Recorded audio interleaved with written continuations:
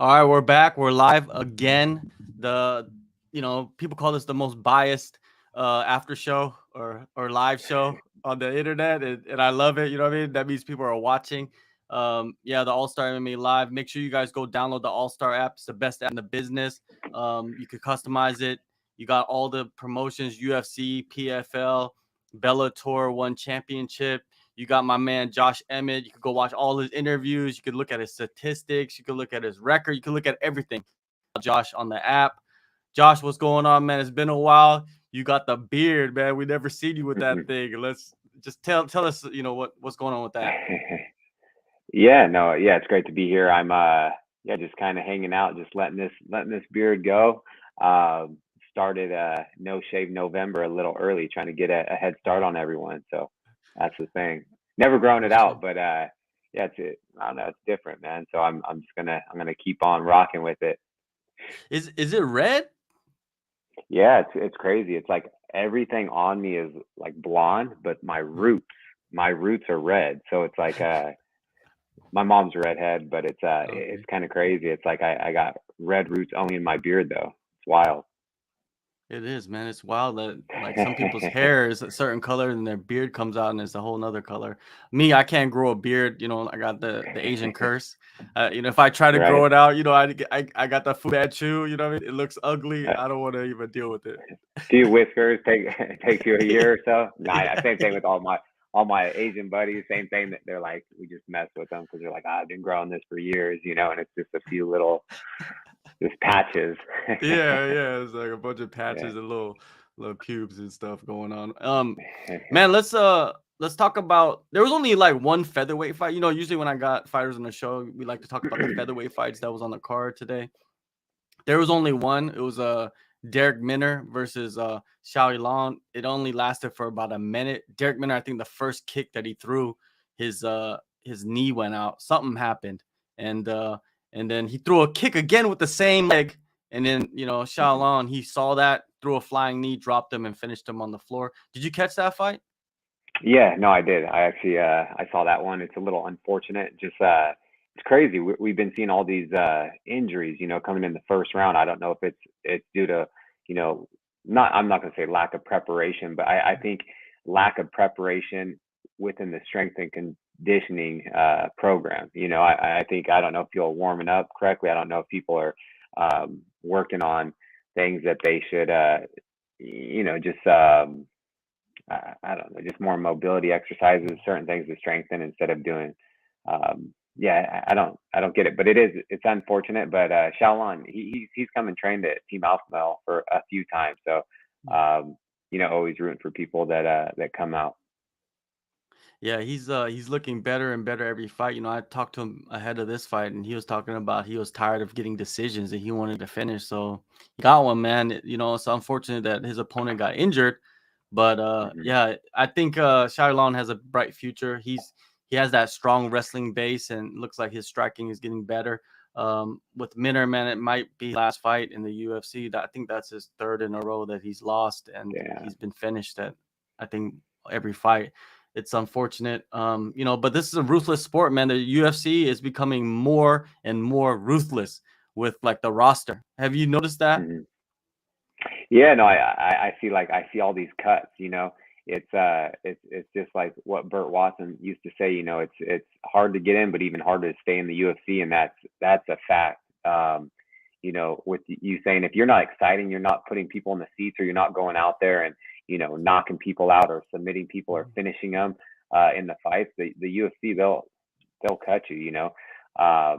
It's a tough business, tough career, and I feel for the people that they put their all into this, or their life, and they've got in here and went through some injuries and adversity, and then just because they don't perform well or win, or a freak accident happens, the UFC will cut you in a heartbeat.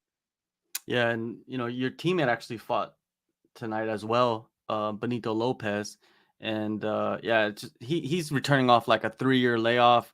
A lot of people expected him to have some ring rust, and it seemed like he did, man. He faced Mario Batista, who's like on a really hot streak right now. It's kind of a weird matchmaking that they're doing as well. Have you Have you seen that lately with like these Contender Series guys coming in and then people getting cut? You know, you just talked about it, but man, it's unfortunate, man. What did you think about what Lopez did? I know I actually missed that fight, but man, Benito's he's a talented kid. Like you said, it's been over 3 years. His last fight was when we fought on the same card in Sacramento in 2019 and back in July. And fast forward damn near 3.5 years, he had a kid. I want to say within the last year, and I feel like that does something to people. And he that fire was lit again, and he was hungry and wanting to get back in there. And maybe it was the long layoff. Who knows? But yeah, but that Bautista, he's like you said, he's been on the up and up, and he's been doing really well. And I think, going off of what you're saying with that, I feel like the UFC, they, from maybe the Contender Series or these other different shows, when they have someone from a different country, a lot of times they're trying to push them, and then they'll try to put them up against people that have been in the UFC for a while, but it's more of a favorable matchup. Anything can happen in a fight, but it's more of a favorable matchup, and then that's kind of what they're doing, and then they'll release the other guys that have been in the UFC for a little while. It's quite the strategy. Yeah, and it's cutthroat, man. It's every year more and more cutthroat.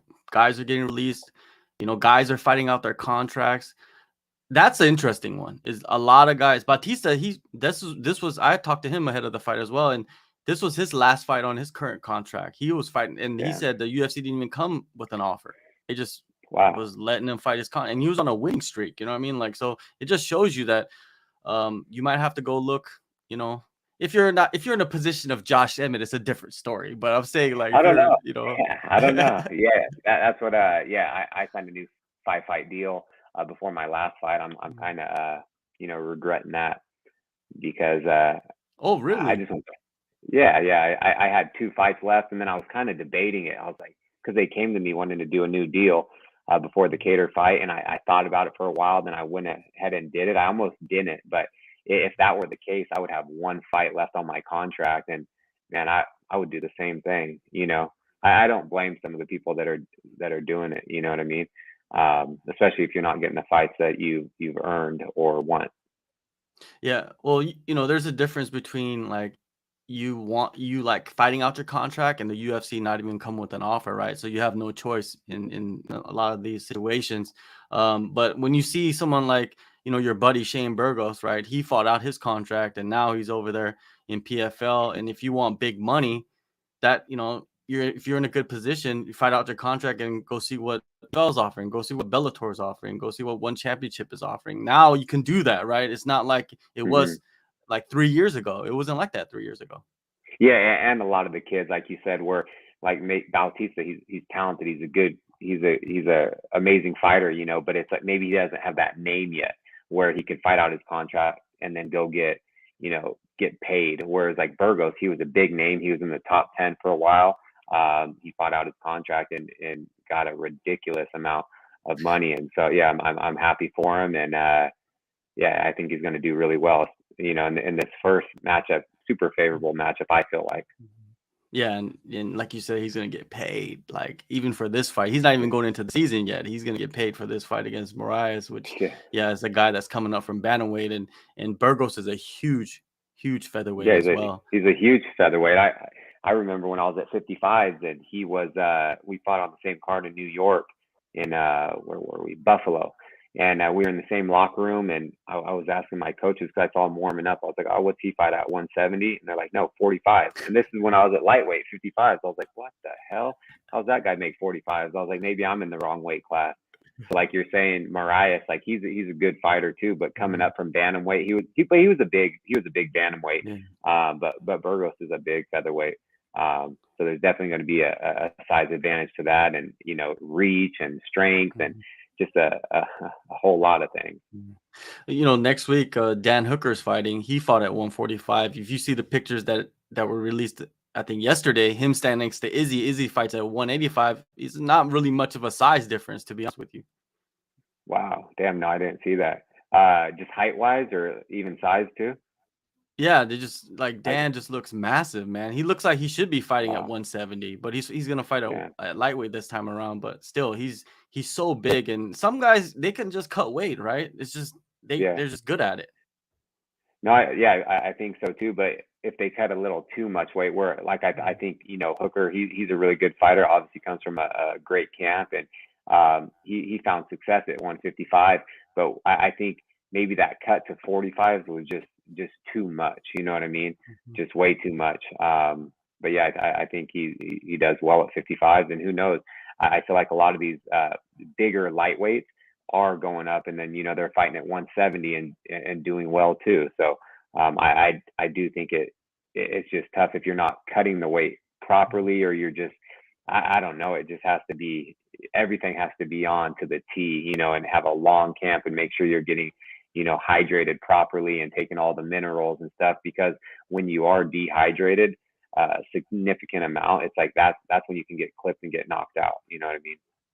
Yeah, it's becoming more and more scientific, and you start to notice the guys that are bringing in the science, like yourself. I know that your camps are really, really scientific. We talked about it in previous interviews. We're not going to get deep into it right now because you could go back and watch those videos. But yeah, and also overtraining, man. Like that could be a Mm-hmm. big factor with these injuries, right? Guys are Oh overtraining yeah. and pushing too much, too fast. Maybe peaking too early, and then maybe they're at the tail end of the peak. I don't know exactly, right? And these injuries are happening. It's happening in main events, especially in the featherweight division. If you notice, I know. what is it?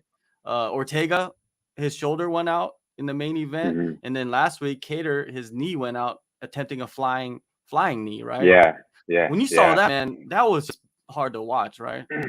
Yeah, of course, man. I don't wish like injury or like on anyone or people to lose and stuff like that. But especially like that, ACL. I don't know if it is ACL, but to me, just from doing it and watching the replays, it seemed like he, kind of he messed something up in his knee. It looked like an ACL to me. I hope it's not, just because it's like I know like what it took to go through that, how hard it was, and then also with the complications that I had from that. It was a battle in itself. It was an 18-month fight, and then I still had to come back and fight and make some money, even when I wasn't even close to 100% when I came back and fought Ige. But that's what we kind of got to do. Um, yeah, because we only get paid when we fight. Exactly. Um, Last week, Arnold Allen undefeated at featherweight, and he comes in, he gets his first main event. He fights Cater, which is a huge fight, and then Cater hurts himself.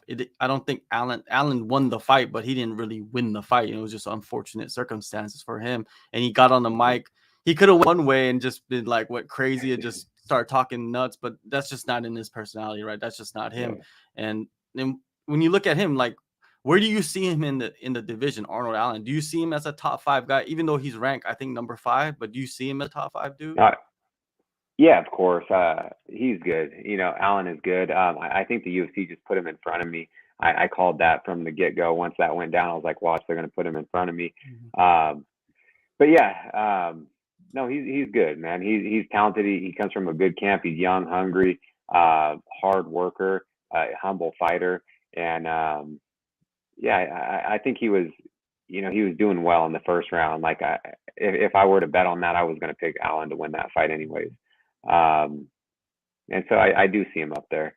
Uh, and that's why one of the things with, since Volkanovski's going up to 55, I want that fight.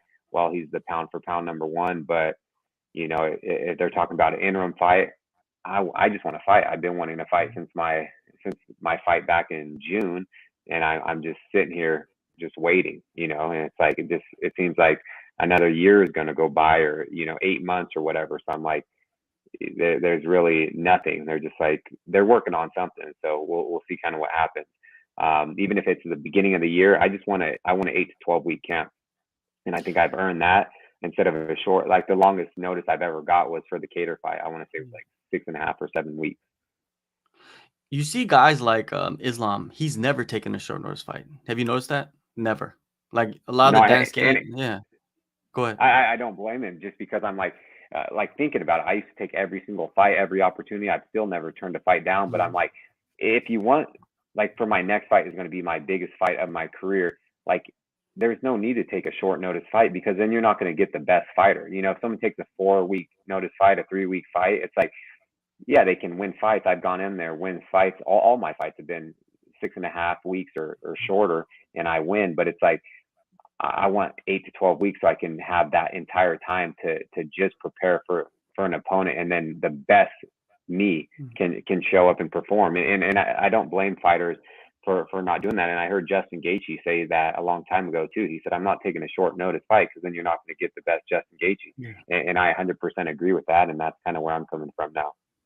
Yeah, there's another guy. Yeah, exactly right. Justin Gaethje. I remember him saying that exact words about short notice fights. Like, what's the point? I'm at the highest level. Like, you give me time. I gotta have a camp and be my best version. And you know, you see the results of that yourself. You know what I mean? Even though you've taken like fights that weren't like 8 weeks out or whatever, but still, you know what I mean? You need to have that time. I think that's something that should be like a prerequisite for top level fighters. You know what I mean? If you're in the top 10, you know, unless someone pulls out like, you know, like what is Yeah, it? yeah, of course. Close to the fight, then it's And different maybe story. you're training, you're in a fight camp, or maybe you're on the same card, and then things fall out and they kind of manipulate the lineup. Like I agree with that, you know, and I would be down for that. But it is it's tough when you're at the top of the top in the world, the best in the world. It's like, just give me a notice so I can be 100% or as close to that, and you know, go out there and fight and you know, just be amazing from all aspects, from conditioning to, you know, just timing, technique, everything. For sure. Now let's go through this these sequence of events, right, in the featherweight division, because right now it's like kind of shaking up, right? You got Volkanovski. He stepped into the cage in Abu Dhabi, faced off against Islam. Islam actually called for that fight, and Habib as well. He agreed with them, I guess, and they want that fight next because they want that pound for pound status. Now they're talking back and forth, like Islam is not signing the contract, but then Islam's returning and saying, because you never know what you can believe, right? With these Twitter battles, you never know, right? You never know. But do you feel like that fight's going to happen? That fight with Volkanovski and Islam? Yeah, no, I think it's going to happen. That's why Volkanovski was out in Abu Dhabi. That's, you know, he was the backup fighter. He was, you know, into the cage. They brought him in the cage. I don't know. I can't remember the last time they ever did that in the UFC, right? Can you? I don't know. Maybe like a Brock Lesnar and something, but I think it's going to go down. Even before the fact, he was talking about they're going to Australia to fight. Are they fighting at the Marvel Stadium No, for they're that? And fighting is in that in? Perth. Oh, in It's a Perth. different Okay. stadium. Okay. So yeah, I figured, you know, he was talking before, he's either going to defend his 45 belt or he's going to go up and fight at 55. And then once Dana said that fight week that Volkanovski, no matter what, was getting the winner, I think he deserves it. You know what I mean? He's earned it. He's undefeated in the UFC. He's beat everybody. He wants to go up and try to get that champ status. And so I think it will happen, and I think he deserves it.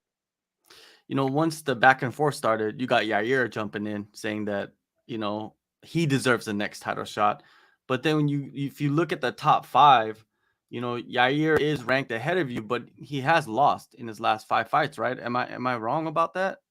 Yeah, I think he's like 3, He 2, lost to and 1 Max. or something Yeah. in the last five fights or Yeah. 5 years. Yeah, no, if I were going to plead my case, like out of the top 5 before Allen was in the mix and I was number 4, I was number 3 for a little while. And then for whatever reason, they moved me back to number 4. And then, you know, they just kind of play around with the rankings. But I'm the only one in the top 5 on a winning streak. You know, I'm on a 5-fight winning streak. I beat everyone that I fought was in the top 10 or on a streak before I fought him. The next this, the next that, and I beat him. Like going down the list, Holloway, he's still number 1 contender. I think he just has it's a tough puzzle to solve. Like I think just Alexander Volkanovski has his number, but he's on a losing streak. Then you have Yair, who's ranked. He's on a 1-fight win streak due to an injury. And then you have Ortega. He's going to be out for a little because of that, you know, that shoulder injury that happened during their fight. And then it's me on a 5-fight win streak over the last, I don't know, 5 years or something. 4 years, haven't lost a fight. You know, I've won 7 of my last 8, and it's like I should be next, but the UFC doesn't think that. So we'll see. Well, Max, you can never. I don't think you could put him in an interim fight. The reason why I say No. that is not because I hate Max. He's one of the greatest of all time in that division. Mhm. It's he Of course. lost 3 times to the champ. So if he fights in an interim fight and wins, what are you going to do? Volkanovski, Max, the 4th fight when you already lost 3 Hey, times? It doesn't make sense, right? they're doing it against Moreno and Figueroa, so who knows? But and of course, like you said, Max is one of the greatest of all times, and he's a fan favorite. So people would love to see that. The Holloway fans get behind him. Of course, he has a huge support. But if he's lost 3, then it would be for the 4th. So I totally get what you're saying, but I'm kind of joking over here too. Yeah. Well, Moreno and Figueiredo, they're different because they're 1-1 with the draw. So the 4th fight, Mm-hmm. it does kind of make sense. It's the tiebreaker type of thing, and yeah, they were all the fights were very, very exciting.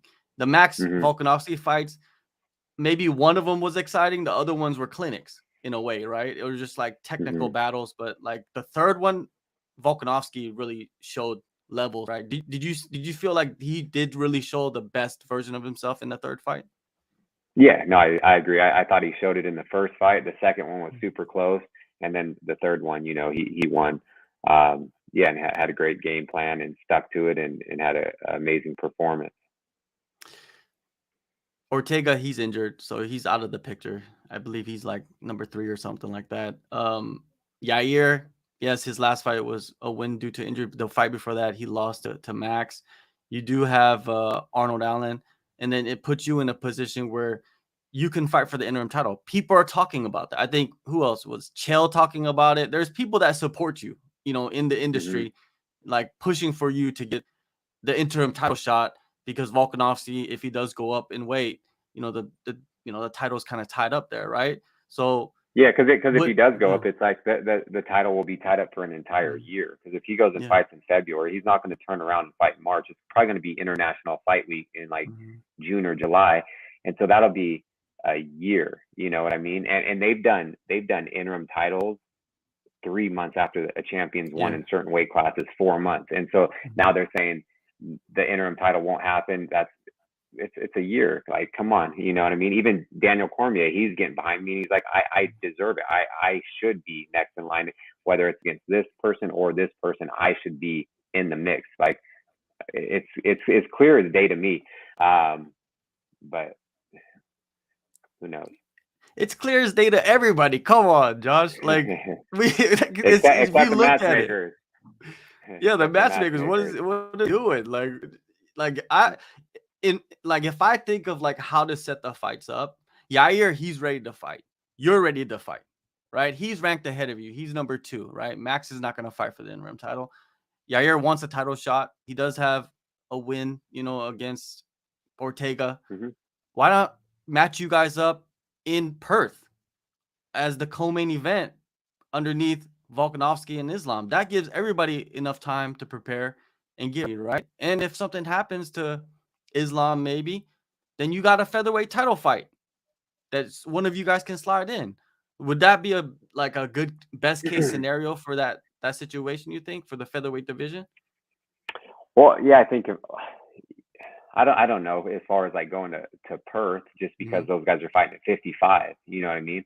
So it's like if something were to happen, unless this was on, more than a week's notice, if Volkanovski's coming down, would he and he's prepping for uh, lightweight 155, and then something happened fight week? I don't know if he could, get another 10 pounds off. Who knows? But yeah, it may work out. So I'm thinking anywhere since, whether it be February or, March, mid March, end of March, whatever it is, for whatever. I just want that at least 12-week notice to prep. Who do you want though? Like it's gotta be like a 1, 2, 3. Of course, Volkanovski, you want him, but he's gonna be tied Mhm. up. So who's like in your eyes the next guy that would be the best case scenario fight for you? Honestly, it's between Yair or Arnold Allen. So whoever it is, I really don't care as long as it's for the interim title. I know there's a big card in London coming up the end of March. I was like, if Oh, for some reason this doesn't pan out between Yair and I, or he's going to wait for Volkanovski or whatever it is, yeah, then I'll go to London and fight Allen in the O2 Center for the belt. There you go. There you go. I love that idea. Whatever Right? it is. Yeah, Yeah, I love whatever that it is, you know. idea. Go to his home country. You know, he's undefeated in the UFC, right? In the featherweight division. Yeah. 2 streaks, right? 2 of the longest streaks behind Volkanovski, right? Why not? Yeah. I would love to see that, man. That would be a great matchup, right? And yeah, for the interim title. Now, what is the UFC telling you though? Because it's from like your mannerism, it seems like you're not hearing the things you want to hear from them. Yeah, no, I honestly, I'm just kind of waiting. At first, it was going to be possibly in December, and then now they're talking the beginning of the year, but really don't have an idea yet. So, but I want to go. So if I need to go up to 155 to fight, I'll just do that. Just because I came from there, I just want to fight. So if I got to go back up to 55s, I'll do it. Otherwise, hopefully, I hear something, February or March, and I can get ready for the opponent. What does the UFC say? They're like, all right, we don't have a fight for you at featherweight, so we're gonna give you a 155er. Like, are they open to that? No, I haven't even asked them, but I would. I've just been thinking about it, and I can fight at 55s. I can go up and down too. Yeah, the holidays are the worst to be undecided, right? Isn't it? Because like you kind of want to enjoy part of the holidays, but if you have to be ready, if you have to be in camp, then you could focus on that. And the holidays is not a big deal, but then it's like you're up in the air, which is like, is it a little bit tougher for you?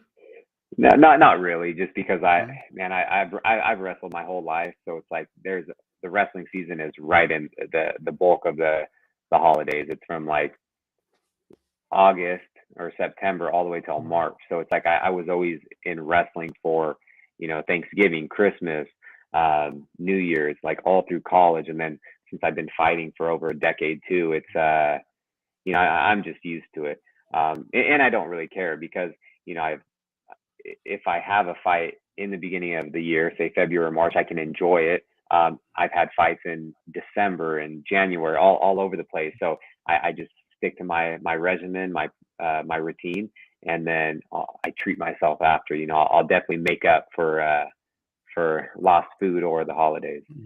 For sure, man. The paycheck is much better than some extra. Yeah, exactly. I pieces can of cake, enjoy it right? with everybody.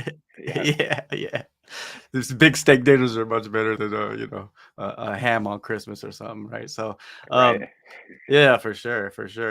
The early February, right? There's a card in Korea, and I text you about this. We're not going to talk about what I texted you about, but there's a card in early February in Korea, right?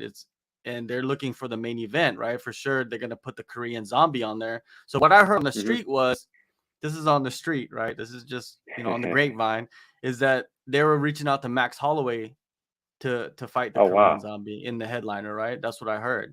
And and the second option would be Giga Chikadze. So like after I heard that, I see Giga Chikadze post something on Instagram saying, "Oh, some big news coming up." So all these rumors, like nowadays, you can't believe anything online, right? Because there are people posting matchups.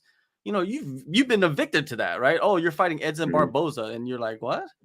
That's I never knew that. I found out when my phone was blowing up. I was like, damn, I won't be there. Yeah. So like, so now it's like they're saying that the Korean Zombie is gonna fight Giga. Giga Chikadze, and I like that fight. It's a headliner. Yeah. It's a good bounce back fight for the Zombie. It's a good opportunity for Chikadze. It's a 5-rounder. It's gonna be a banger, right? And what do you think of that matchup, man, with the Korean Zombie and Chikadze? It's a striker's delight, right?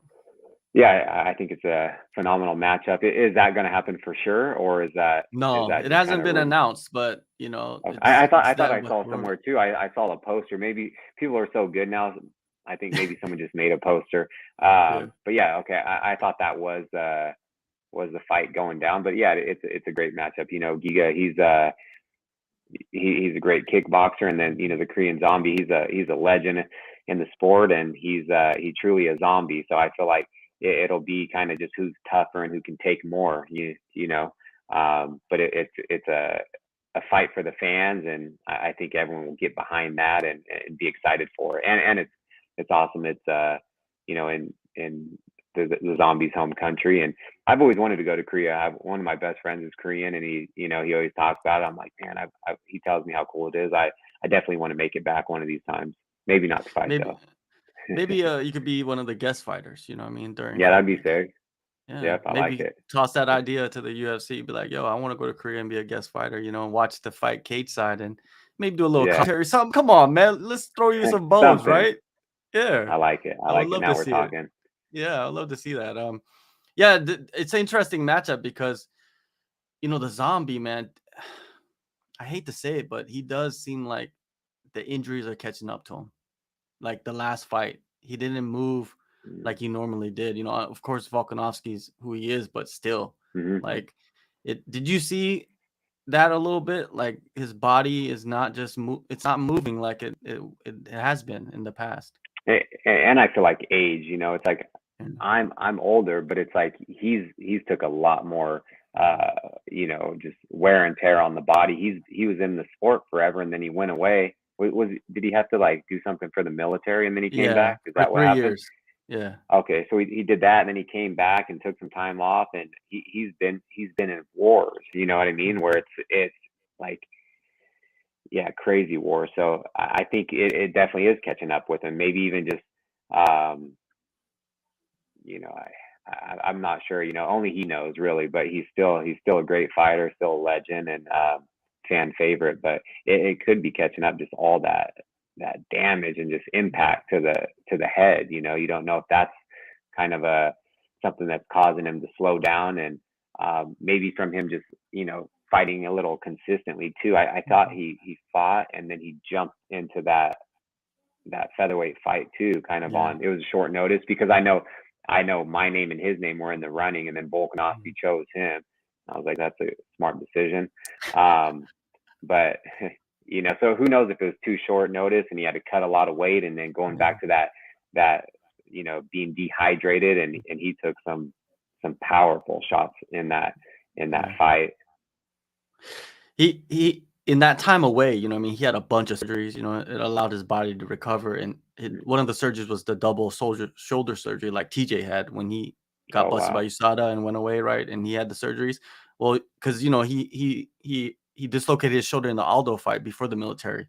He got the surgeries, came back, and in the Ige fight, he said that he dislocated his shoulder and then popped it back in during the fight. That's why he was wrestling so much, because he just couldn't throw the left hand probably. Damn, and then there I was didn't know rumors that that. his shoulder was compromised ahead of the Volkanovski fight. And I even talked about it with like one of the major newspapers in Korea about like, I don't see the zombie winning, and people are probably pissed off about that because you don't know if he's like compromised, right? His body is at 100% to go in there, because he does have the power to knock out anybody, right? It's just can he throw the hands properly to do it? Yeah, so he did take that fight on. I don't know if it was short notice, but still Yeah, I seemed want like to say his it was health like a was 4-week notice, right? No, it was I think it much was like, longer than that because they delayed it. Remember, they oh, targeted it that's for right. like an Okay. earlier date, and then they delayed it a few months Okay, back. that's right, because it was going to be around like that March card in Vegas, and that's why I was trying to hop on, and then I forgot about that. Then they postponed it like another 6 weeks or something. So yeah, he had plenty of time. So there's rumors flying about him. This will be his last fight. I honestly thought that was going to be his last fight. I thought it was going to be his last fight when he fought Volkanovski. That's why he was trying to campaign for that so hard. But this would make sense, going out in Korea and hopefully getting a big win, and then just kind of hanging up the gloves. Same thing that Frankie Edgar is trying to do, at MSG. So I think it is going to be his last fight too, right? Did he say that? Yeah, Frankie? for sure. Or, Yeah, okay, Frankie said for sure it's his last fight.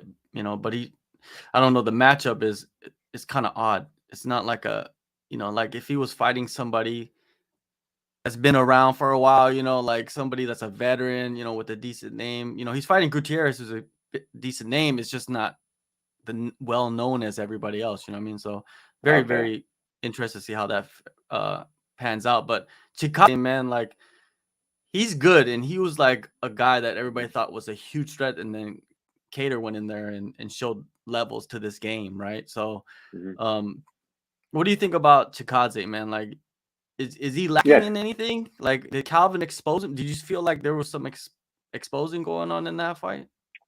No, it's kind of like what I would. He's a phenomenal kickboxer. You know what I mean? And he's got that left kick that he likes to go to the liver. He's a little elusive and unorthodox. He can throw those question mark kicks. He kicks hard. You know, so it's like there's no secret to that. You know, I really do feel like Cater had a game plan.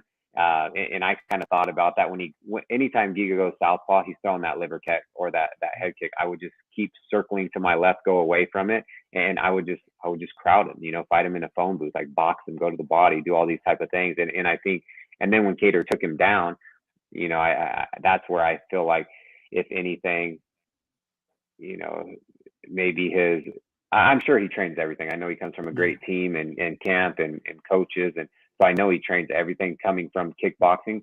But you know, that would be maybe his weaker suits, the ground game, jiu-jitsu and wrestling, because you can go in there, and wrestling is different. You can teach someone how to strike in a few years and they can get good at it. You cannot teach someone how to wrestle at a high level in a few years. It takes years and years and years, if not decades, to be a high level wrestler.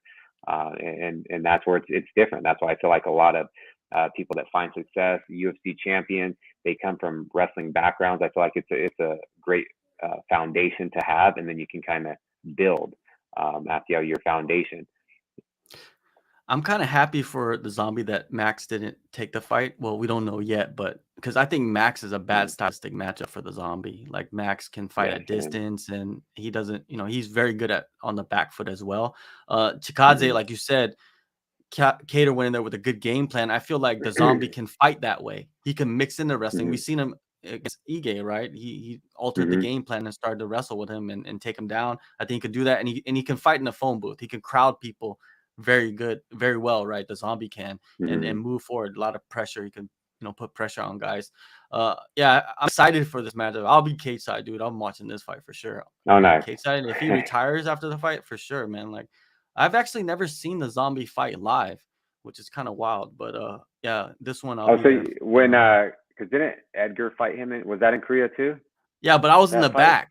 I was in the back. Oh, you didn't get like the UFC did me dirty, man. Like they didn't allow me to get, like, you know, usually when you're in the back, like you could go to cage side for the last two fights because they stop all the media, right? For the main, they stop all the media in the back, and then everybody goes. But the UFC did me dirty, and they said like, oh, you can't go to the floor, and I was like, there's nothing going on back here, and they're like, oh well, you know, you have to have passes to the. I'm just like, whatever, because I got one in China when I was in China, and when Zhang Weili won the title against Andrade.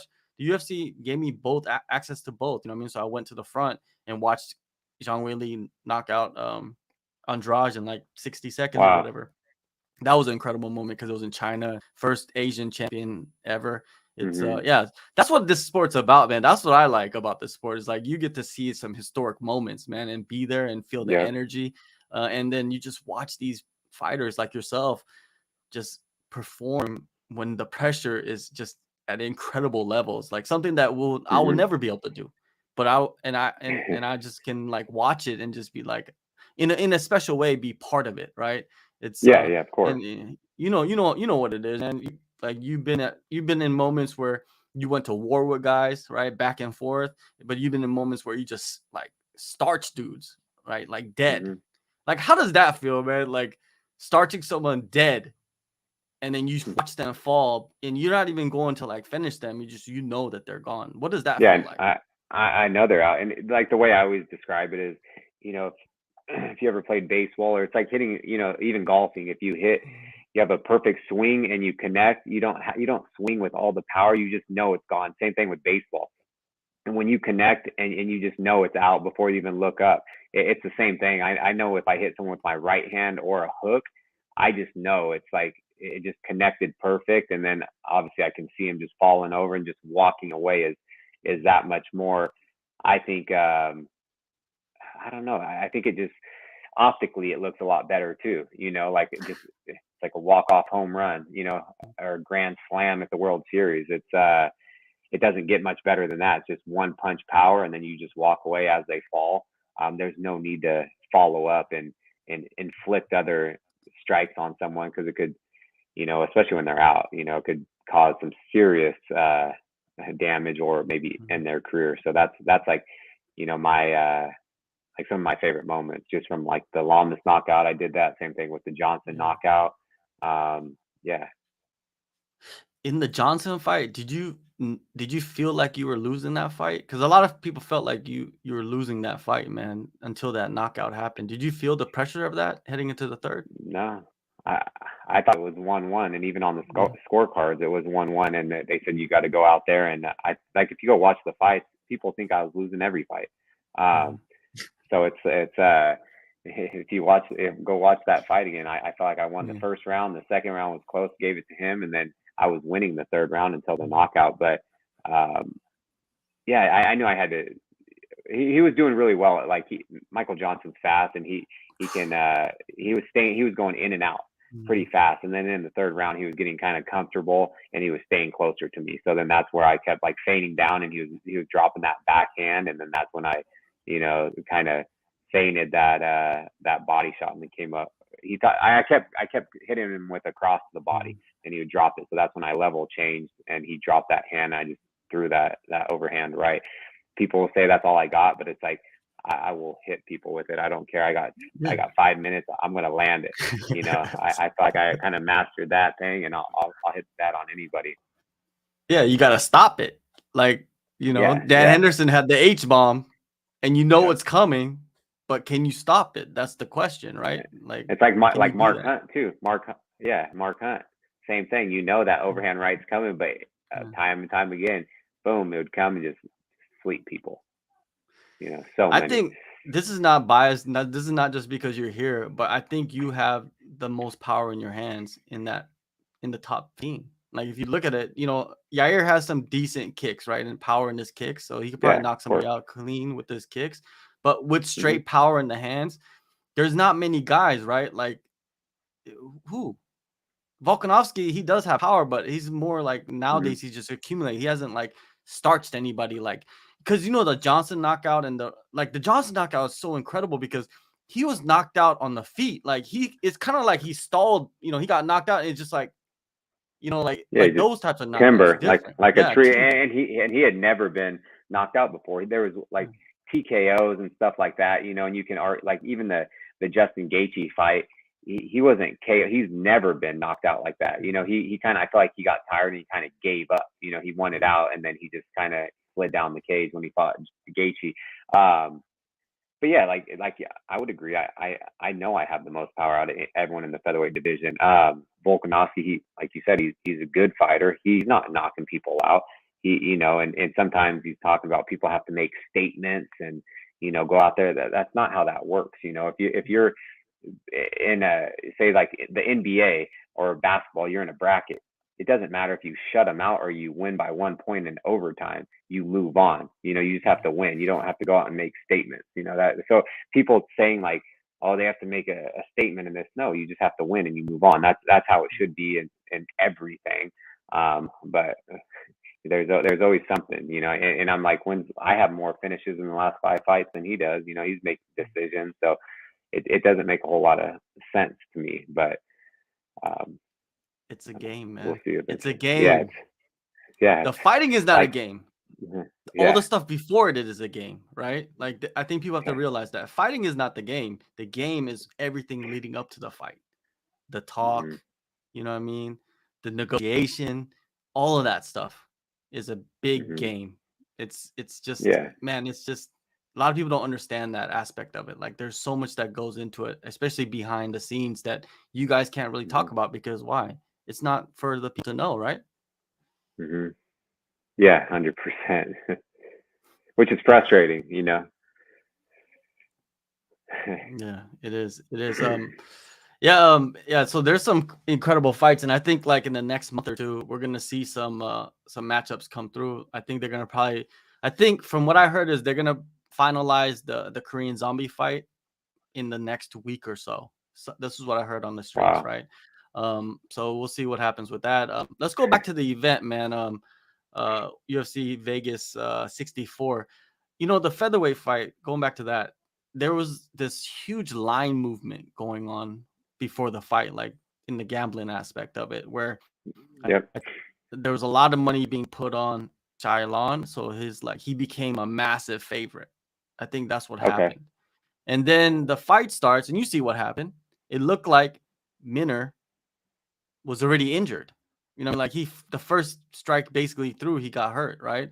So now that people are saying online, it's like, oh, something's fishy about that. And then just recently, the UFC, they banned fighters from betting on themselves, and coaches and family members and parking lot attendant and the UFC Apex, physician. I don't know, man. Like, I don't know how Yeah. far that extends, right? Like, because there's so many people that can know something about a fighter or the fight, right? So what do you think about the UFC ban in the first place? Do you do any gambling yourself, or have you? Yeah, no,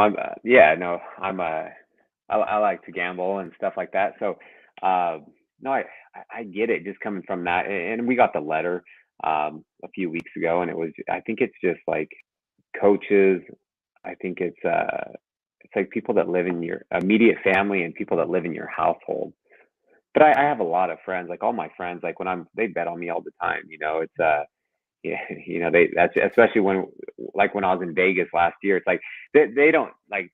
Some of them will send me the slip, and I'm like, I don't care, But yeah, like I have friends. I'm always like the underdog and stuff like that. So they bet a lot on me. Like one of my buddies, while we were in Vegas last year, bet like 25 grand on me when I fought Ige, but I was a small favorite in that one. But still, I'm just like, yeah, doesn't mean you can't have tell your Yeah, friend, hey, put a little extra on me, yeah, because But maybe yeah, you found something about your opponent. I'm not saying you exactly, but a fighter can find something about their opponent that is to their advantage, and maybe it's true, maybe it's not. What I mean, maybe it's just rumors, but information flies, man. I don't know how you can control that. yeah, I don't see how you could either. But yeah, but like you're saying, like people, if someone's going in there compromised and someone really knows, like, damn, they're hurt, but maybe they just need to get paid. Like you even saw it in the TJ thing. Like if you knew his shoulder was like that, someone could have put like serious money on his opponent. But yeah, it's hard. So I do get it. Don't get me wrong. I get it, what they're trying to do, but I think it's going to be hard to try to monitor that. What do you think of that I whole don't know how they TJ will. thing, man? Him, like he Uh, said, his shoulder was popping out, like it popped out like 20 times or something during the training camp, and man, it seemed like it just slipped out in the fight, like without really mm, much effort from Aljo, and the fight basically played out like it did. But knowing that you have such a serious injury, man, would you do that? I get it. I don't know. It depends. Like I said, you only get paid when you fight. What Mhm. if you're off for so long? You need to make money. It's like people don't understand. Like and just the opportunity that he was in, it's like, okay, say he pulls out, he goes, gets shoulder surgery, he's out for another year. He was just off for a year or so because of that knee injury he had.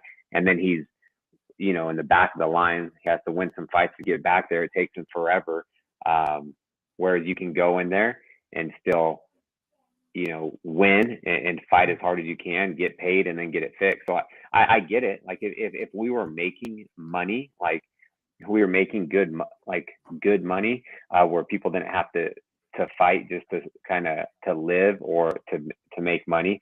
That's why I feel like I know people always talk about fighter pay, and we're like some of the top athletes in the world, like everyone from the NBA, like celebrities, like NBA, NFL stars, everyone are coming to watch us fight. It's like one of the biggest and fastest growing sports in the world.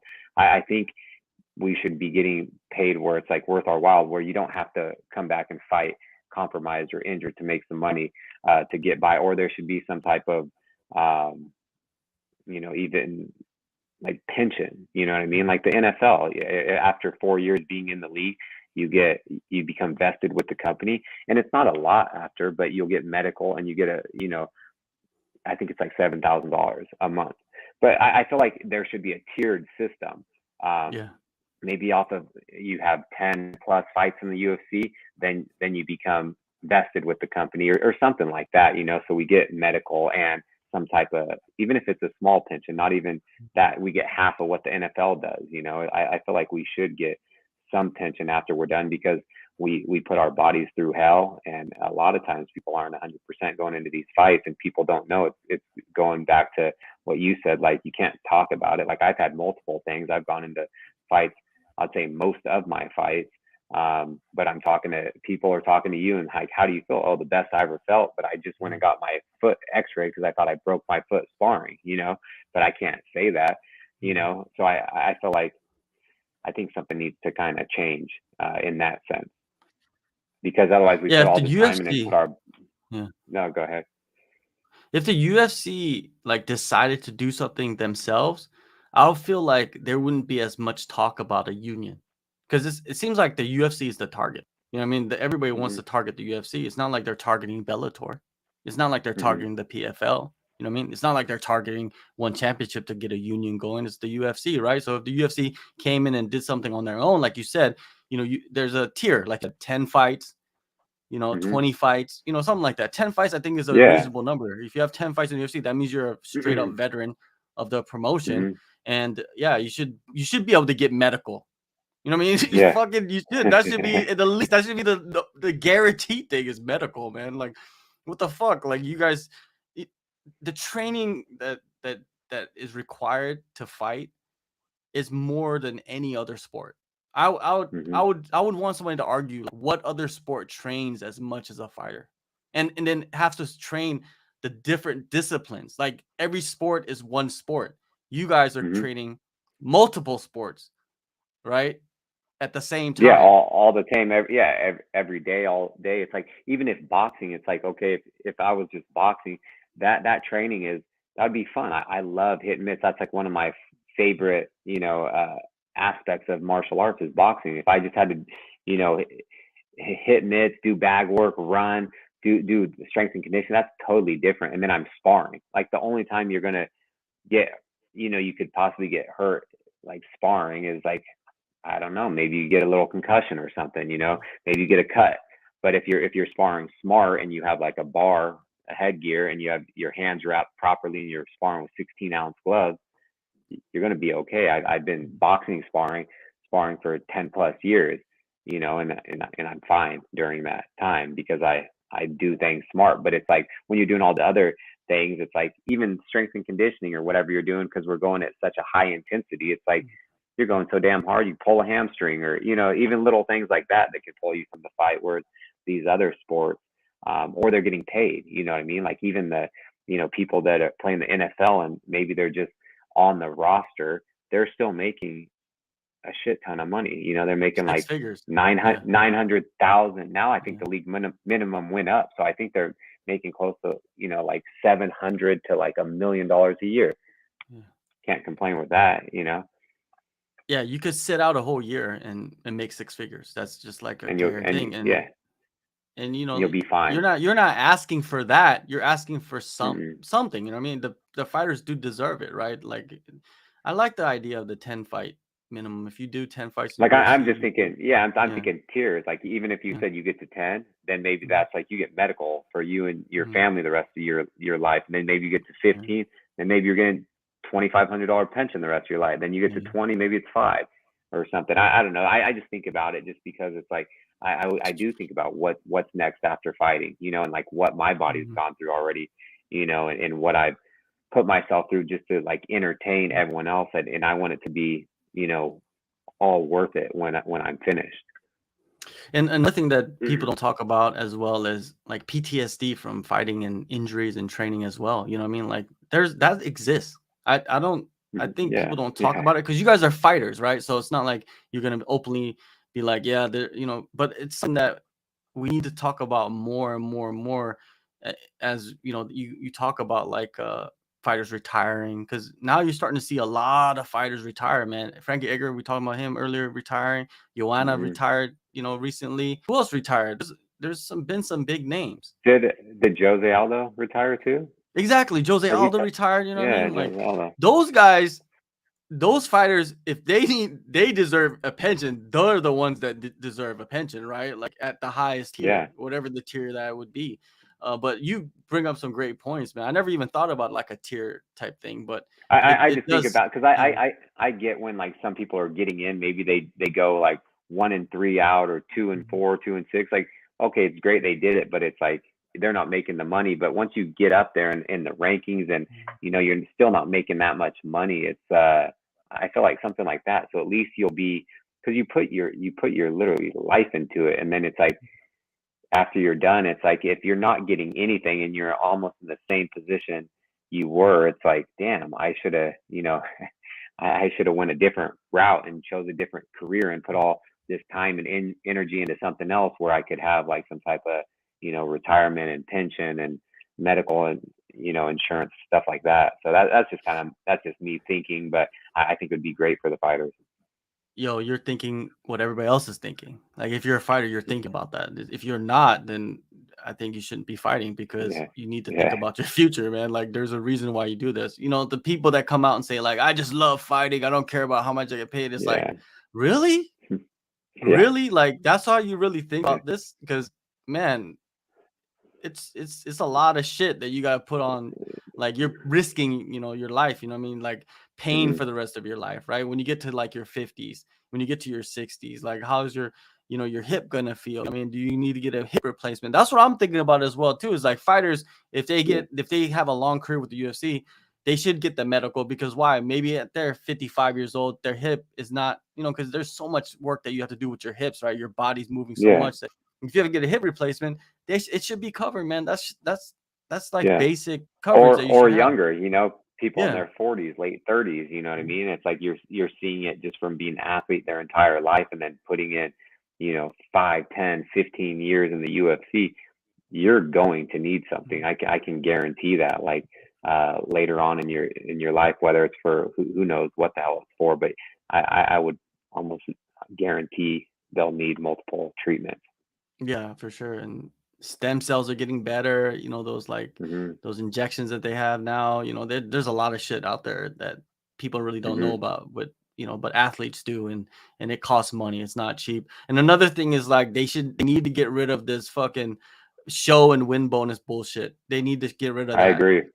That's some Yeah, because bullshit. you don't fight any harder. It's like you're going out there. It's like it sucks, man. Like you're gonna fight this just as hard. I feel like it should just be one purse, guaranteed money. If you lose, you're gonna be pissed. You're gonna be pissed, and it's still you're gonna have like it's like you still feel the same. You let everyone down, all this stuff, but at least you're not getting paid half your check. It's like I even relate that to if you went to work and for some reason you didn't do get a deadline or something, you didn't finish a deadline on time or something like that, you were 5 minutes late, but you still worked the 8-hour shift. They're like, oh, we're just going to pay you half today, or oh, for the year since you didn't hit this deadline, we're just going to give you half your salary. You'd be like, what the hell?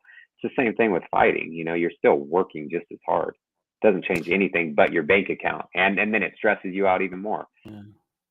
It's a huge stress. And with all this bullshit ass judging going on as well, it's like at least if the fighter gets screwed on the scorecards, they're getting paid their whole purse. You know what I mean? They don't get none of that money taken away from them because somebody sitting in a seat, you know what I mean, decides that you didn't win the fight when you really did.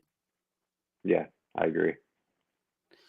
Fuck, man. We could go on this for a long time, Josh. We could go on this for a long time, man. Because me, at the end of the day, I'm on the fighter side for everything. Like everything. Because if you're covering the sport, you should. I'm not saying you should be on the fighter side, but like I think ethically you should be on the fighters, because without fighters, you don't have a job. Without fighters, you don't have a sport. Without fighters, you don't have the promotions. You don't have none of that shit.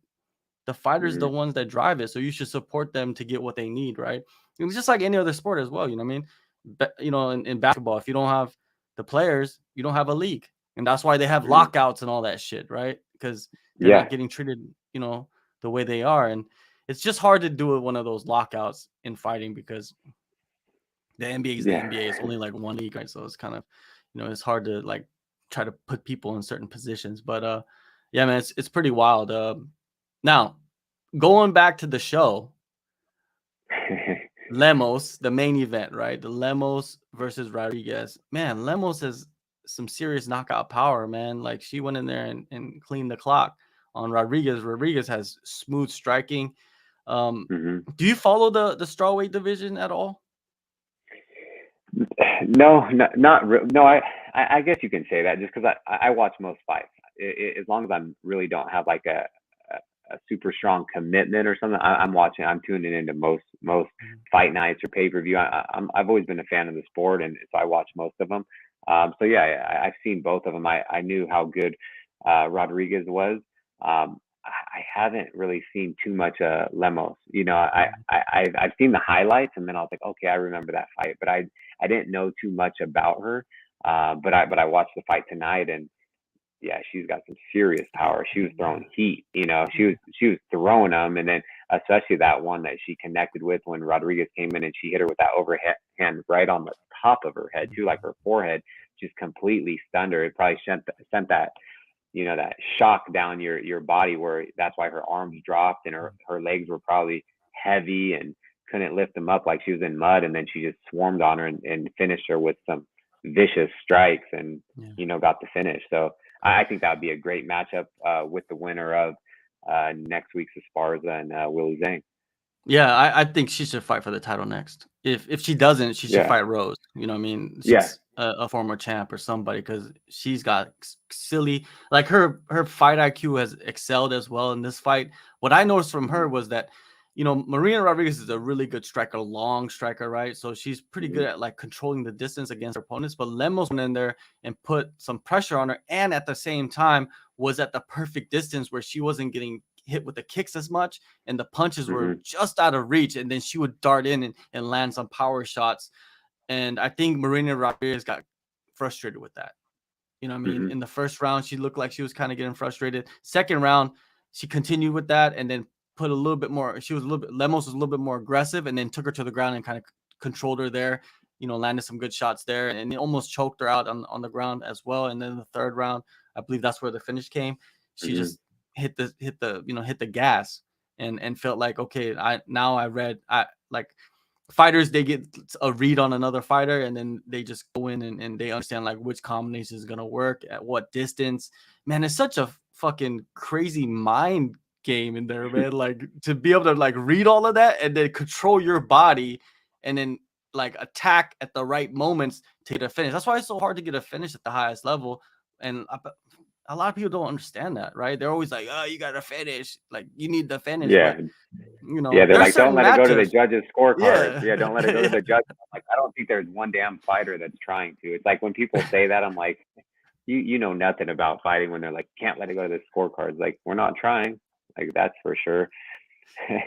there's certain matchups though, like, you know, like you watch the fight, you're like, oh, this fight, this like, I'm gonna give you an example. There was a fight on the card called with Miranda Maverick and Shayna Young, right? They fought Yeah, I before. saw Miranda that. Maverick submitted her in the first fight.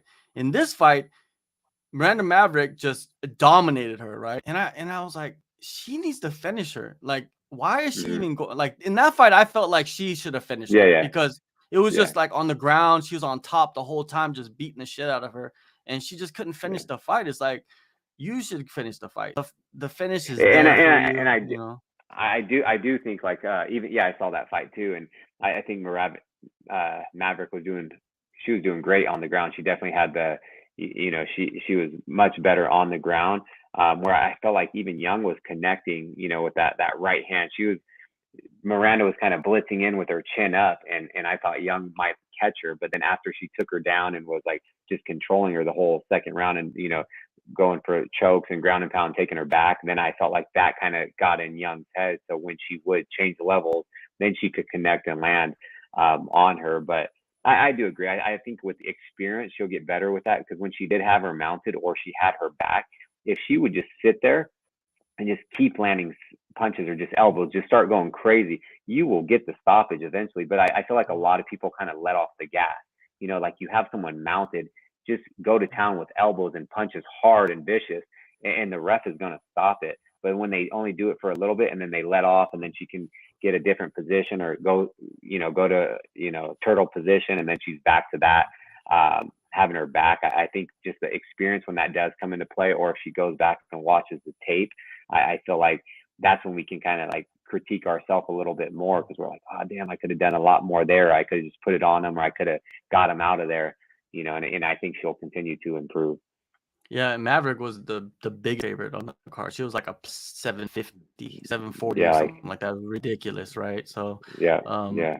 yeah, it was, what was it? Man, it just slipped my mind. But yeah, with Maverick, I've always thought she had a bright future. It just we haven't seen the best of her. She's still super young as well, you know what I mean? But she's Hmm. built like a tank for that division. She should be steamrolling a lot of the competition. She just haven't. I don't know. I don't think she's hit her peak yet. Um, Hmm. but Lemos, like early stoppages. Do you think that they have a tendency to stop women's fights earlier than men's? Yeah, and that you say that sometimes because even though she was seriously hurt, but maybe that's just a good ref too. Like Mhm. a lot of times you'll see like the men's like if they were in that position, it's like I don't know if it's because of the power or whatever, but you're seeing if someone had their hands down against the fence, you're seeing them get knocked out. It happens all the Yeah. time with men's, but maybe women it could be slightly a power thing and maybe just good reffing too because she didn't need to take any more damage. I don't think that was an early stoppage. I think if Mhm. they did not stop that, eventually she would have got knocked out. And there, I don't know if she was concussed in that, but if she would have got knocked out, then she most likely would have got concussed. So I don't know. I have to kind of look out for that. But I do agree with you. Just now that you said that. Yeah, it's something that you have to go back and really study. You know what I mean? Like which Hmm. ref was refing the fight, which Hmm. fights did people think was an early stoppage, and then there's the whole on the other side of the argument where it's like, oh, that was a late stoppage. Why did you stop that fight already? You know what I mean? Yeah, And then it's refereeing is a hard job. You know what I mean? yeah, That's I'll talk shit about judges all day, but the referees, yeah, it's hard to talk shit about them, man, because they're in a position where it's like, man, it's hard. It's hard to like, when you look at someone's eyes, you can see. Like we don't get to yeah, see them at that moment in their eyes, like standing against that cage with their hands down. Some guys, some girls, they have their hands down, but their eyes is open. They're looking right, and then yeah, sometimes you might see something, and you're like, oh, it's over. Like their eyes is yeah. just. And it's like it's live for them. It's like Mhm. it's hard. You can't like that. Yeah, that's super tough because no matter what they get, they get the worst of it, whether it's an early or late Mhm. stoppage or whatever the hell it is. It's and some of the coaches get that too when their fighters are taking serious beatings and the ref's not stopping it. He's warning them, but then the coaches get a tough time when they're like, oh, they should have thrown in the towel. Yeah, it's just I think it's just hard all around. Another topic that came out of this card was Grant Dawson. Man, he goes in there short notice. He misses weight. But he goes in there and takes on Marco Madsen, a three-time Olympic gold medalist, and out wrestles Hmm. him and finishes him in the third round. A phenomenal performance, man. I love that Hmm. performance by Dawson.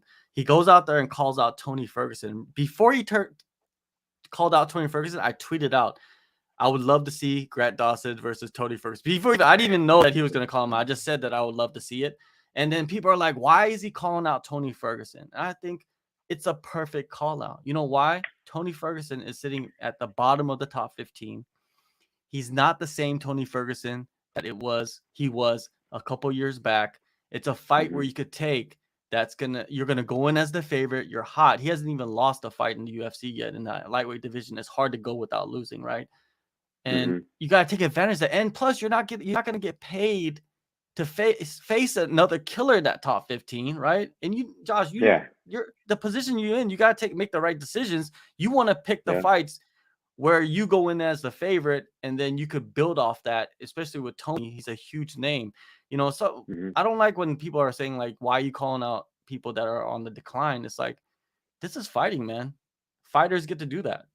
That's what they should Yeah. do, right? Unless you're already in the top 15, then it's a different story, and you're already getting decent And pay. you're calling out people behind you. Yeah. Yeah, but I think isn't Tony, is he done with lightweight though? I thought he was gonna just move up to 170, or was he talking about going back down? He's who knows what he's gonna do, but But yeah, no, Grant Dawson, he's good. He's yeah. he is good. That was a phenomenal performance by him, and Mark Madsen he's a great athlete, and he was a three-time Olympian, but it's Greco-Roman, so that's where I could see you know people out wrestling him because Greco's just all upper body and clinches and throws and stuff like that. They don't you shoot on them or shoot ankle picks or single legs, and most of the time you'll be fine. But it's if they clinch up with you or body lock you, then you're in for a ride. Mhm.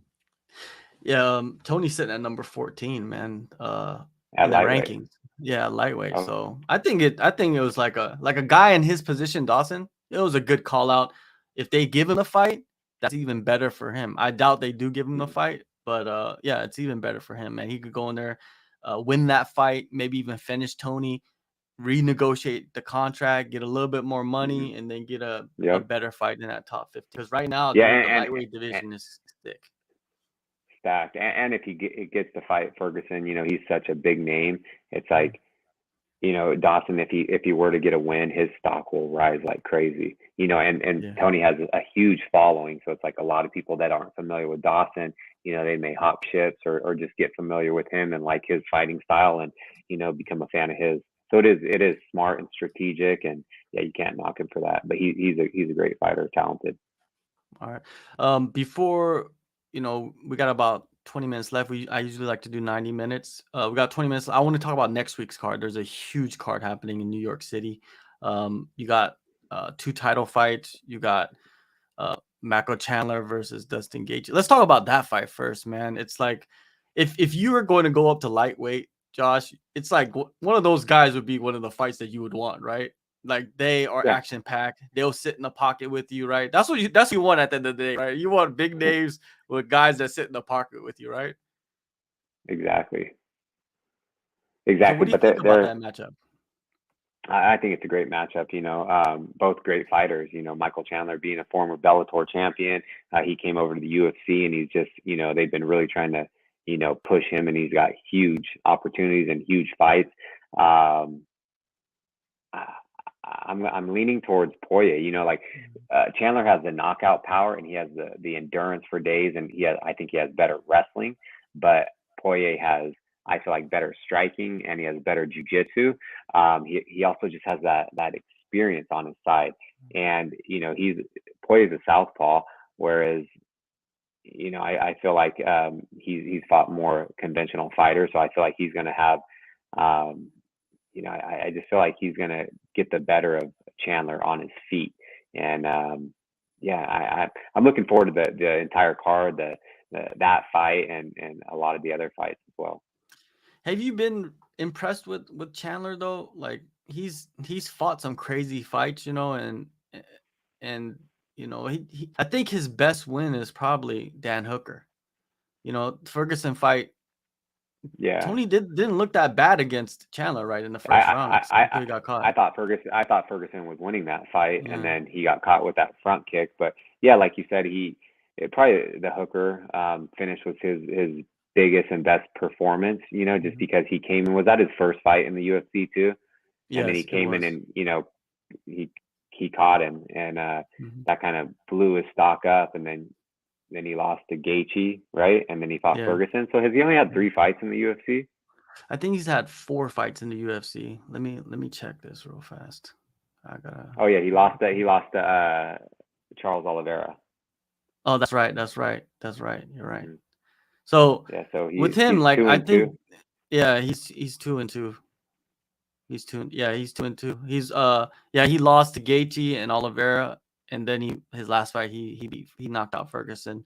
It's an interesting fight, but I what I want to point to is like Dustin Poirier, because Dustin Poirier, he's a great fighter, and I believe that like skill wise, he's probably the better fighter. It's just like where's his mind at? You know what I mean? Because he was talking about not fighting anymore, and then now he's fighting again, and he was gonna go. And to he's made some money. Yeah, exactly. He's made some money. Yeah. I still feel that Chandler's thirsty. Like he's really still hungry. You know what I mean? Is Oliver or is Poirier that hungry? Is he still hungry to chase the title? Because he's fallen short a few times now, right? Fighting for the title.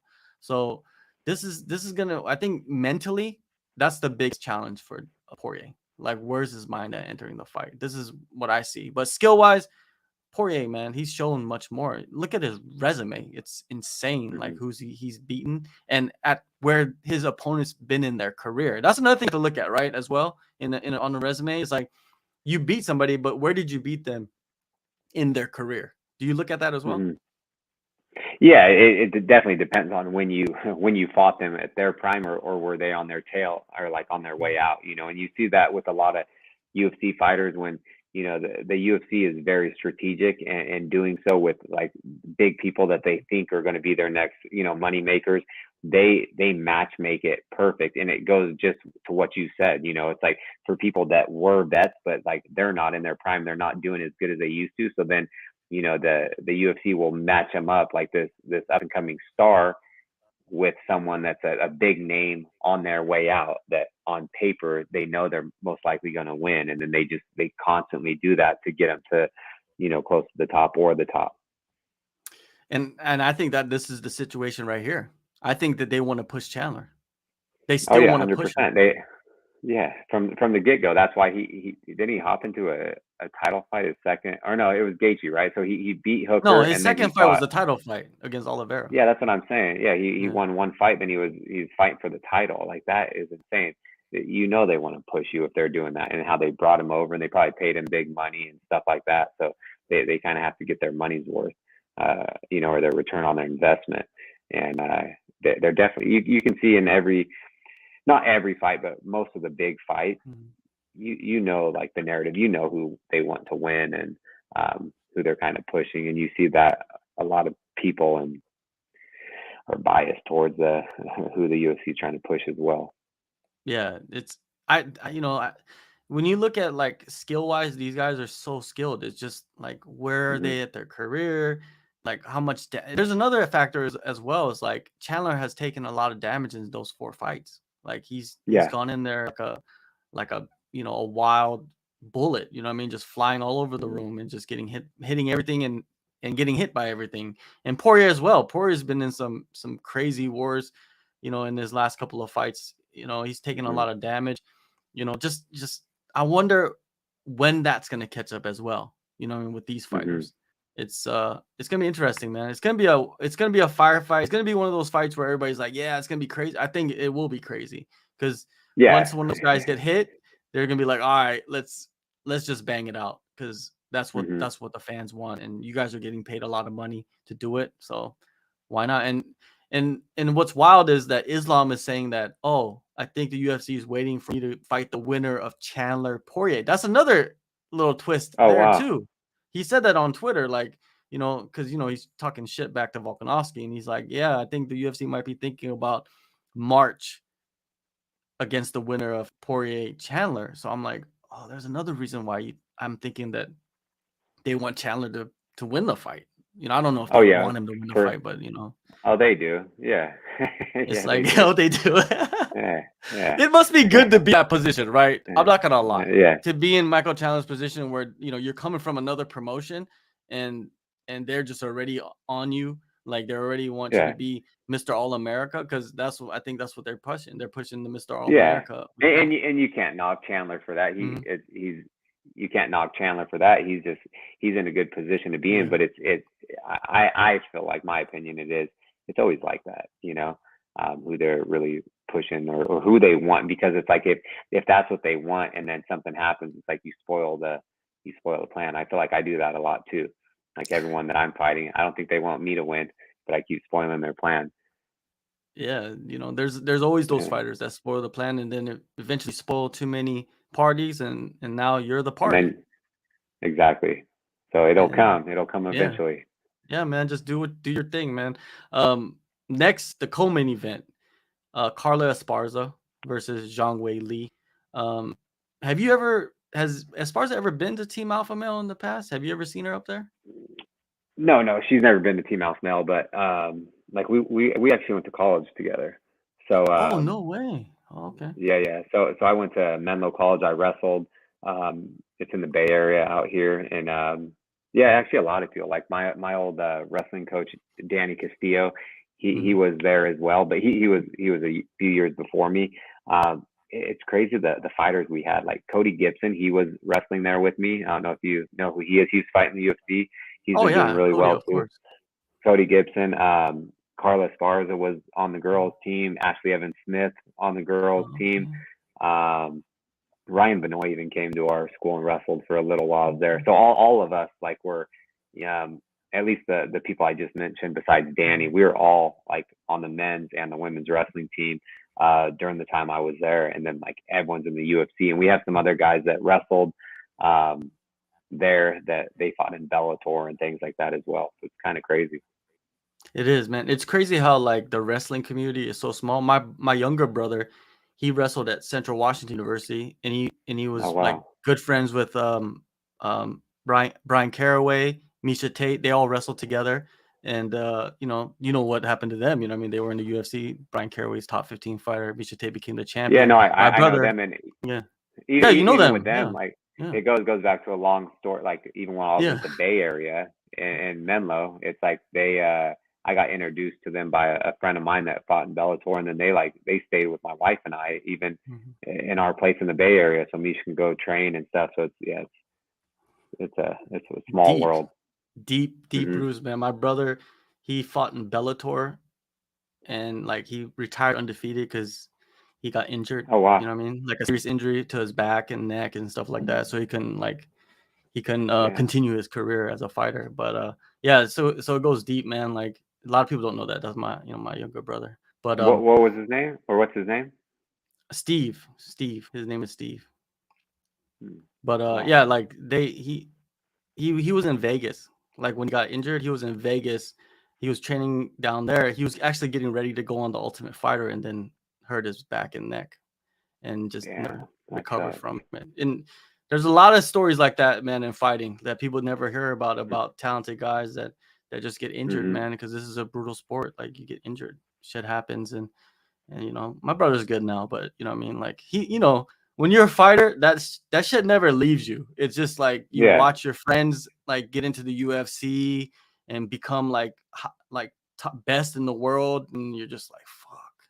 It's still Yeah. in a little bit in Yeah. them, man. It's still a little bit in them, but Yeah, you know, it's like you could compete. I felt like that's how I was early in my career. It's like when I was training, all the people from around the world would come train with us. I was like the main training partner for everybody, like Mhm. Castillo, Chad Mendez, TJ, all these guys, Uriah, like, and I was like, 2-0 as an amateur or 1-0 as a pro.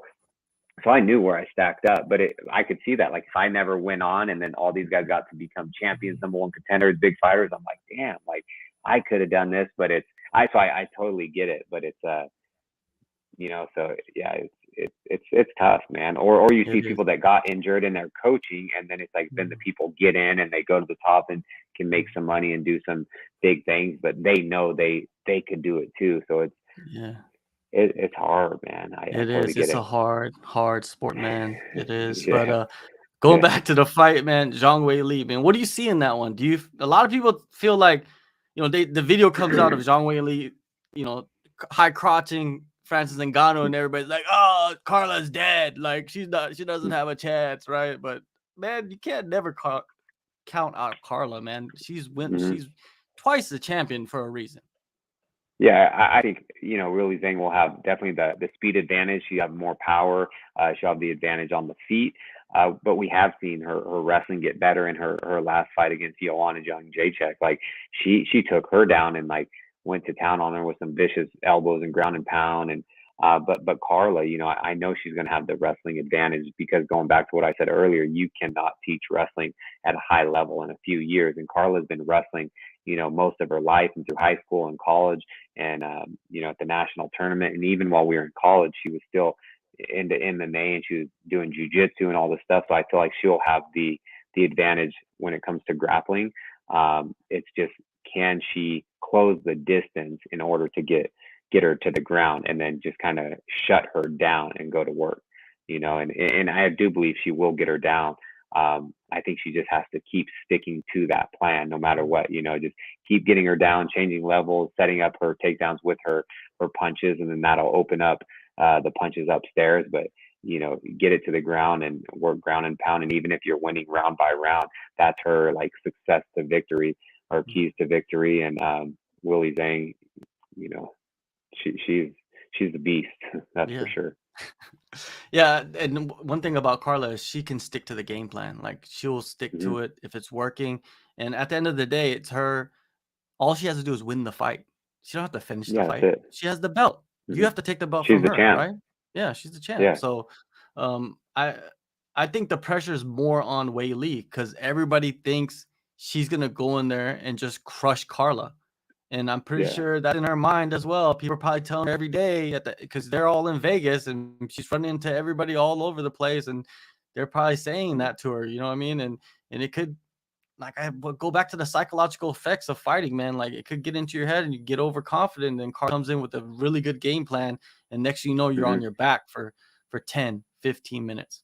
You know what I mean? It Yeah, could and happen. then it could evaporate. Like if she the first round, I feel like the first round, first and second round, she just kind of has to weather the storm and really stick to that game plan and get her down, get her against the cage, dirty boxer, reap the legs and get her down. And if she gets up, take her down again and like really zap that energy. But like you said, she is the champion. So it's like she can stick to the plan, whether the fans are booing her or not. Who cares? Just go in there and win, get your hand raised, can ride off into the sunset. Who cares what they say? She'll get paid, remain the champion. But yeah, and this is has Zhang ever fought 5 rounds? Has she actually fought 5 rounds Yeah. before? The Joanna fight was the Oh, that 5 round. was 5 rounds. Was that Okay, 5 rounds or was that 3? Yeah, that was I don't know 5. That because was for the title. That was for the title. Yeah, okay. that's what Oh, it happened. was for That the was title. 5. Okay, Yeah. okay. Yeah, Yeah, she so fought 5 rounds. she'll have Like, the she condition. doesn't have no problem with the gas. I Okay. was with her at the gym for like 5 months in Thailand Oh wow. when I Okay. was training out there. So I seen what she can do. You know what I mean? I seen the gas tank. Like, she's a Yeah. Okay. monster. Yeah. Like she's insane. Like, complete insane. Like, training is insane. Like, her mind is just training and fighting. hmm Like, she Yeah. doesn't sway away from that. And I seen it myself, and she can wrestle, she can grapple, she can do everything, man. She's a complete fighter, and Yeah. she's built so well, like, for the division. Like, hmm I don't it's hard to say, like, if anybody's stronger than her. Probably maybe Jessica Andrade, you know what I mean? Because she's Or, fought at like yeah. like I feel like featherweight. a girl on our team, Jan. Oh yeah. She's another. It's like that a lot. She is so strong, and her striking and everything, and she's getting better and better and better. And she just beat Mackenzie Durham, but like even shutting her down, like, and she has, I feel like, some of the best like grappling for the women's division, and she kind of shut her down. But she's another one that I feel like she'll be up there fighting for the title soon because she all she is about training. That's all she does. It's Yeah. wild. I Great think work the ethic. UFC wants that. I think the UFC Yeah. wants Weili to get the title and then have Yeah. Jan fight her, and it'd be like China on China violence. Yeah. Yeah. They want it, I'd agree man. They want it. They want for it. sure. But yeah, I think it's a great fight. I think it's a great fight, and Mm-hmm. if Weili goes in there and knocks her out in the first round, I wouldn't be surprised. But if Mm-hmm. Carla goes in there and like grinds her down and maybe gets a 5th round finish or a decision, I wouldn't be surprised with that either. Because these Mm-hmm. are high level fighters. Wei Li, we know her capability. We know Carla's capability. It's a lot more interesting than people give credit for. Man, is I Yeah. I really don't like when people try to really like downplay fighters, and especially if they're their champion. You know what I mean? They're their champion for a Yeah. reason. So I know it's she won. She lost to Joanna a long time ago, yeah. and then she came back all these years and been working hard, been on a crazy win streak, and then won the title against, Rose, who, it was a close fight, but she did enough to get the job done, and Rose beat, Joanna. She beat Zhang. She beat all these great fighters, and then Carla beat her twice. Has her number. Like styles make fights, and so when people say she's just gonna go steamroller, it's like that could happen. Anything can happen in a fight, but it's like she's the champion. She's the best for a reason, and I guarantee they've been working hard, and yeah, we'll kind of see what happens. Also, a lot of people thought Joanna was going to, just go through and run through Rose, and look what she did to her twice, Yeah. and Zhang as well. Yeah, for sure. Before quick pick on the main event, Adesanya Pereira. This is going to be a good one, man. This is a revenge fight. hmm The only knockout ever Adesanya has suffered. Do you see that happening again? I don't know. This is a hard, like for me, it's hard to go against the champion. Like Adesanya, he's such a talented fighter. Comes from, again, the same city kickboxing, great camp, great coaches, teammates. I feel like he has the experience in MMA. Boxing and kickboxing is completely different than MMA. The gloves are different. That was so long ago too. So if I had to bet, I'm picking Adesanya. I feel like he has more just tools in his toolbox, you know, and I feel like he can wrestle, and he's like everything is so different with little gloves. Like it's hard unless you box and you go fight someone with MMA gloves. It's completely different. So yeah, Alex Pereira, he definitely has the power. He's a huge fighter as well. But same thing you were saying. I could see him knocking him out, but then I could also see Izzy just doing what he does and just kind of outclass him and win, or hurt him and pounce on him and finish him. So that's kind of it's an exciting fight to watch. But yeah, if I had to go with someone, I'm leaning towards the champion. All right, man. Everybody, make sure you go down to the descriptions and download the AllStar app, the best app in the business. Josh, it's good catching up with you, man. Time flies. I wish I could be speaking with you for the next 5 hours, man. We just go on and on, but you got your life to live. So thank you so much, man, for coming on, and we'll get you on, again in the future on a maybe on a featherweight card or something like that, right? Let's do it. Yeah, anytime. Nice catching up with you.